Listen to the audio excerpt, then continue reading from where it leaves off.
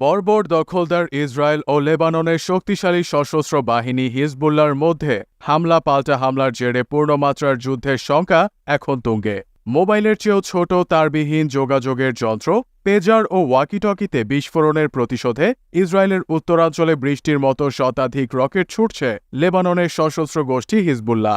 Iran সমর্থিত লেবাননের এই গোষ্ঠীর মুহুর্মুহু রকেট হামলায় ইসরায়েলে ছড়িয়ে পড়েছে ব্যাপক আতঙ্ক। হামলা থেকে প্রাণে বাঁচতে লাখ লাখ ইসরায়েলি আশ্রয় কেন্দ্রে পালিয়েছে। এই হামলার পর ইসরায়েলের উত্তরাঞ্চলের সব স্কুল ও সমুদ্র সৈকত বন্ধ ঘোষণা করা হয়েছে। ইসরায়েলের সামরিক বাহিনী বলেছে, রবিবার স্থানীয় সময় ভোর ৫টার দিকে লেবাননের ভূখণ্ড থেকে ইসরায়েলের উত্তরাঞ্চলে একযোগে প্রায় ২০টি প্রজেক্টাইলের প্রবেশ শনাক্ত করা হয়েছে। এরপর সকাল ৬টার দিকে লেবানন থেকে আরও প্রায় ৮৫টি প্রজেক্টাইল ছোড়া হয়েছে। ফরাসি বার্তা সংস্থা এএফপিকে ইসরায়েলি সেনাবাহিনীর মুখপাত্র লেফটেন্যান্ট কর্নেল নাদাব শোশানি বলেছেন, প্রজেক্টাইল ধেয়ে আসার সময় ইসরায়েলের উত্তরাঞ্চল জুড়ে বোমা আশ্রয় কেন্দ্রগুলোতে লাখ লাখ মানুষ ঠাঁই নিয়েছেন। এর আগে ইসরায়েলি সামরিক বাহিনীর এক বিবৃতিতে বলা হয়েছে, লেবানন থেকে ছোড়া রকেটে ইসরায়েলের উত্তরাঞ্চলের একাধিক স্থাপনা ও বাড়িঘরে আগুন ধরে গেছে। ইসরায়েলের জরুরি মেডিকেল সেবা সংস্থা বলেছে, রকেটের ধ্বংসাবশেষের আঘাতে কমপক্ষে ৪ জন আহত হয়েছেন। তাদের মধ্যে ৩ জনই ইসরায়েলের উত্তরাঞ্চলীয় হাইফা শহরের বাসিন্দা। ইসরায়েলের বেসামরিক প্রতিরক্ষা সংস্থা মুহুর্মুহু রকেট হামলার ঘটনায় উত্তরাঞ্চলের সব স্কুল বন্ধ রাখার নির্দেশ দিয়েছে। গত প্রায় ১ বছর ধরে চলা গাজা যুদ্ধের মাঝে লেবানন ইসরায়েল সীমান্তে সর্বশেষ এই উত্তেজনায় ইসরায়েল জুড়ে ব্যাপক আতঙ্ক ছড়িয়ে পড়েছে। ইসরায়েলি সামরিক বাহিনীর হোম ফ্রন্ট কমান্ড বলেছে, সোমবার সন্ধ্যা ৬টা পর্যন্ত উত্তর ইসরায়েল জুড়ে শিক্ষা কার্যক্রমের অনুমতি দেওয়া হবে না। শোশানির মতে, এই সংঘাতে লাখ লাখ শিশুর ওপর প্রভাব পড়বে। মেডিকেল শিল্পে কর্মরত ইসরায়েলি বাসিন্দা প্যাট্রিস ওলফ এএফপিকে বলেন, হাইফায় প্রচুর স্কুল বন্ধ করে দেওয়া হয়েছে, আর অফিসগুলোও জনশূন্য। তিনি বলেন, হিজবুল্লাহর পক্ষ থেকে আরও বেশি চাপ আসছে।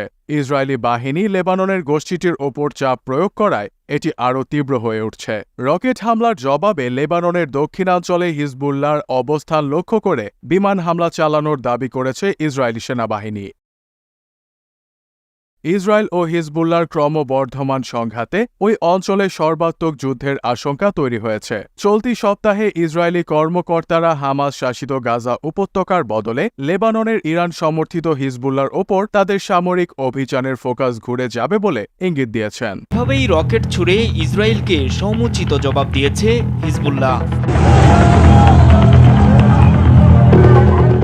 লেবাননের সংগঠনটির সশস্ত্র যোদ্ধারা রোববার টার্গেট করেন ইসরায়েলি আয়রন ডোম তৈরির প্রতিষ্ঠান রাফায়েল কোম্পানির কার্যালয়ে।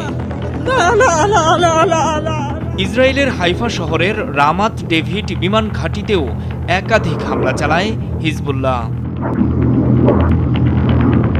গাজায় ফিলিস্তিনিদের উপর গণহত্যা চালানোর প্রতিবাদে ইসরায়েলের ভেতরে একের পর এক রকেট ও ক্ষেপণাস্ত্র হামলা চালিয়ে আসছে লেবাননের এই সংগঠনটি। কাতার ভিত্তিক গণমাধ্যম আল জাজিরার খবরে বলা হয়, হিজবুল্লাহ জানায়, হামাসের প্রতি সমর্থন জানিয়ে এবং গত মঙ্গলবার ও বুধবার লেবাননের বিভিন্ন এলাকায় ইহুদিবাদী ইসরায়েলের নির্মম হত্যাকাণ্ডের জবাবে এই হামলা চালানো হয়েছে। এতে ইসরায়েলের সামরিক শিল্প কমপ্লেক্সের পাশাপাশি রাফায়েল কোম্পানিকেও লক্ষ্যবস্তু করে তারা। রাফায়েল ইসরায়েলি সরকারের 3টি বৃহত্তম প্রতিরক্ষা কোম্পানির মধ্যে একটি, যেখানে 10,000-এর বেশি কর্মচারী কাজ করেন। আপনার গুরুত্বপূর্ণ মতামত আমাদের কমেন্ট বক্সে জানাতে পারেন। ভিডিওটি ইনফরমেটিভ হলে একটি লাইক দিতে পারেন। আপনার বন্ধুর সাথে শেয়ার করে তাদেরকেও ভিডিও দেখার সুযোগ করে দিন।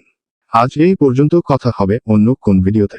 সেই পর্যন্ত সকলের সুস্থ কামনা করে এখন বিদায় নিচ্ছি। আল্লাহ হাফেজ।